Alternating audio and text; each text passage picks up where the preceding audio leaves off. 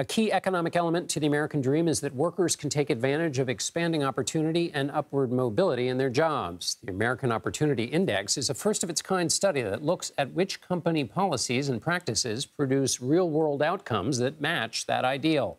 The index considers hiring, pay, promotion, parity, and corporate culture. Data was collected from 5 million workers over 4 years.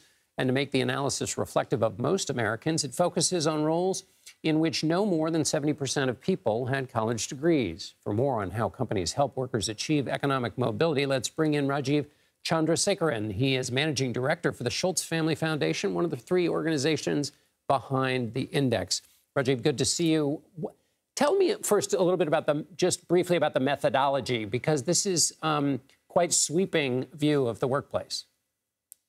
Yes, John, this is a groundbreaking assessment of the American workforce and those that work at America's largest companies. Instead of looking at what companies say they're doing, which is an imperfect approach to really assessing good jobs and good employers, we looked at what really happens to millions of workers.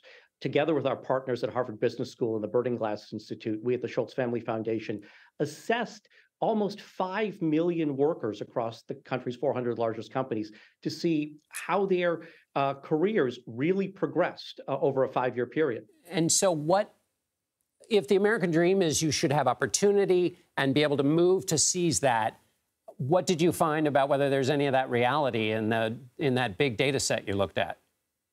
Well, what we find is that there's some companies that do this very well.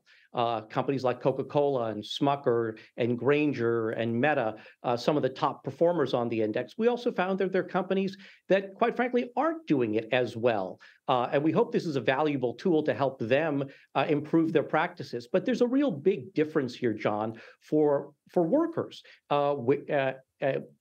And workers who might work at a company that performs well versus one that is on the lower end of the index. When it comes to subjects like pay, there's a 68% difference between those that are getting salaries from companies across a range of roles on average in the top end versus the bottom end.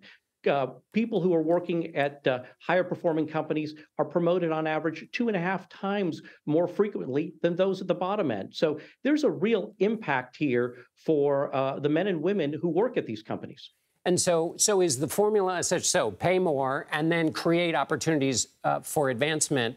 Anything else that these companies that are doing it well are doing well? And do they receive, what kinds of benefits do they receive for doing this? So this is really a tool to help companies really more effectively manage their most valuable resource, which we believe are their people. This doesn't have to be a zero-sum exercise.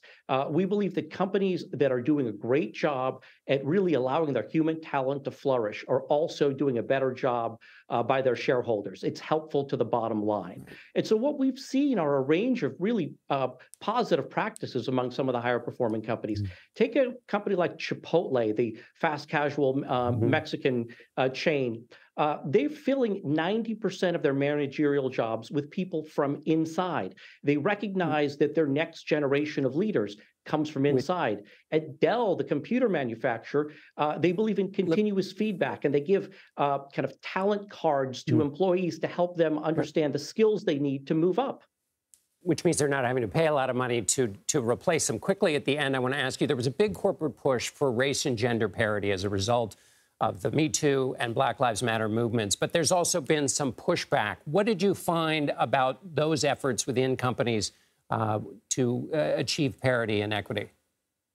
Well, John, we look at this in a slightly different way. There are others out there that look at pay equity and hiring practices. What the Opportunity Index looks at that nobody else does is once people are hired, are they moving up in a fair way? Do Black and Hispanic workers move up at the same rate as white workers? Do women move up at the same rate as men at companies? And what we see, again, is a disparity. There are high-flying companies that are moving up people with parity, and we see companies where there's a significant spread. And I invite people to just delve into the data and see how your employer performs. All right, Rajiv Chandrasekaran, thanks so much for being with us. Thank you, John.